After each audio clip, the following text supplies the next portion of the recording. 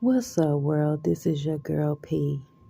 So, how to understand your mind, part two. Now, as a disclaimer, I am not here to project my opinion on you. I am sharing my vantage point, and I'm going to give you information on the houses that your energy in your mind sits in, which will give you an understanding of how your mind, the energy in your mind, how it appears, and the manner in which you think and communicate. So, in the previous video, it talks about the energy in your mind, but the houses is that outer energy that your energy on the inside of your mind sits in. So this is where your communication and the way that you think appears, and the manner of which you think it communicate looks to other people. So telling you the houses, which are there are only 12 zodiac signs in astrology, but each zodiac sign rules a house. So I'm going to give you the zodiac sign that rules that house, and then tell you how that energy is. And then that way, when you look in your birth chart and you see where your zodiac sign and your Mercury is, it's going to sit in a house. So on the inside is the light on the inside of the house, but on the outside is how it looks on the outside.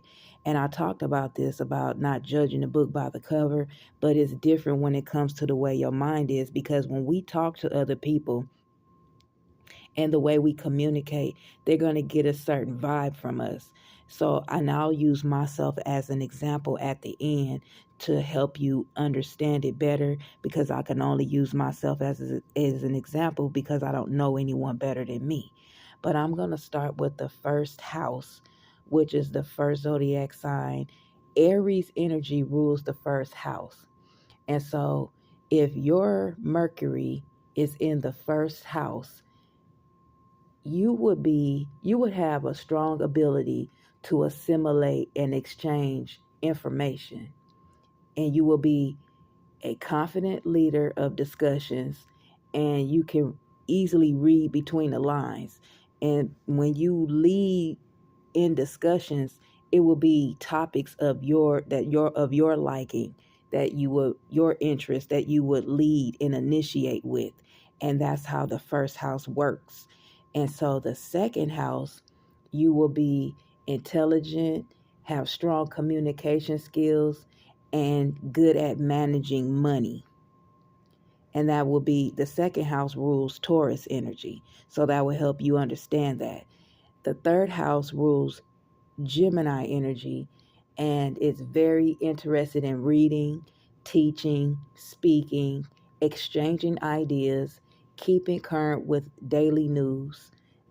So if your Mercury is in the third house, that's the type of appearance and manner of which you think and communicate.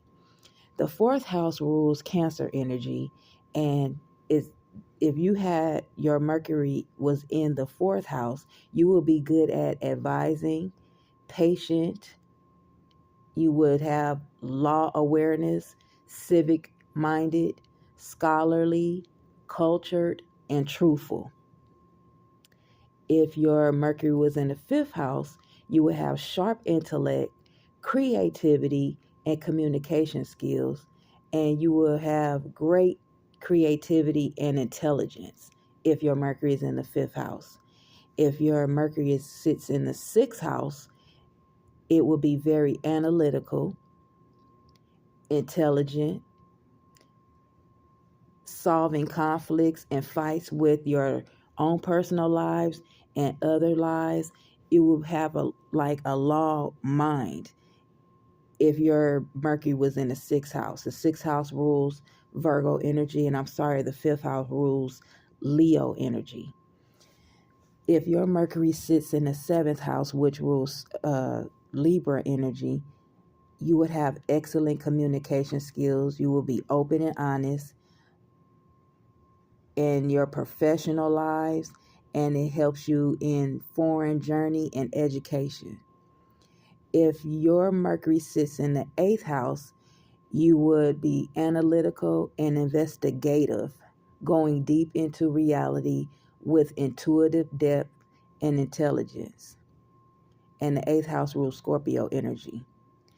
The 9th house rules Sagittarius energy. And if your Mercury sits in the 9th house, then you would have excellent philosophical communication.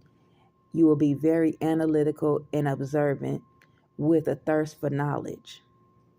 If your Mercury sat in the 10th house, you would have increased focus on communication, career, and public image, aiming toward personal development. The 10th house rules Capricorn energy. That would make sense. If your Mercury sat in the 11th house, which the 11th house rules Aquarius energy, you will have strong intellectual skills with a friendly approach, expanding social networking, integrating and exchanging information beyond personal boundaries, which would also make sense because Aquarius rules organizations and friendships. The 12th house, which is if your Mercury sat in the 12th house, which the 12th house rules Pisces energy, you would be a unique amalgamation of rational and spiritual intellect, having an intense mind, intuitive, with invisible thoughts, full of observations and ideas. So again, using myself as an example to help you see. My Mercury is in Gemini, so that's the energy that I have in my mind. I'm intellectual, I have air energy in my mind. Gemini energy is intelligence, it is into learning, speaking, communication, those type of things. But my Mercury sits in the 8th house.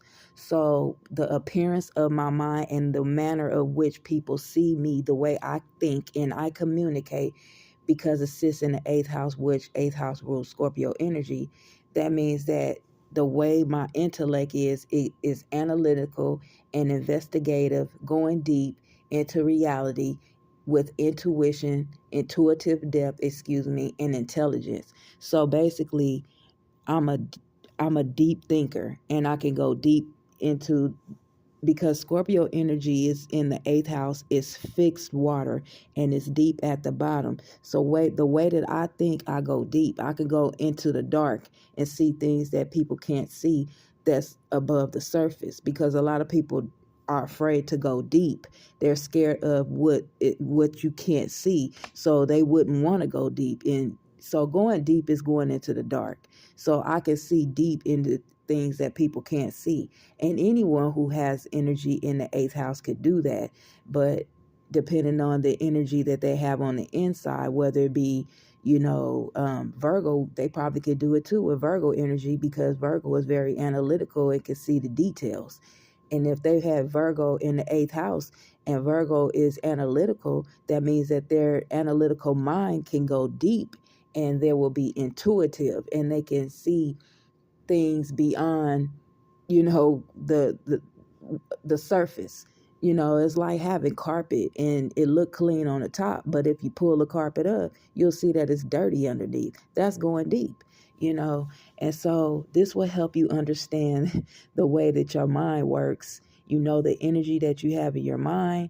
Then once you find out what house it sits in, so the energy that you have in your mind will be the light on the inside of the house, the way you think, but on the outside to other people, the appearance and the manner in which you communicate and the way that you think will be the house that it sits in. And so that's pretty much what I wanted to share. And again, I share this information with pure intentions and love to help evolve your mind, to raise your vibration, to help keep you on a high vibration mentally, which is spiritually. And that's pretty much all I got for you. And I holla though. One love. Peace.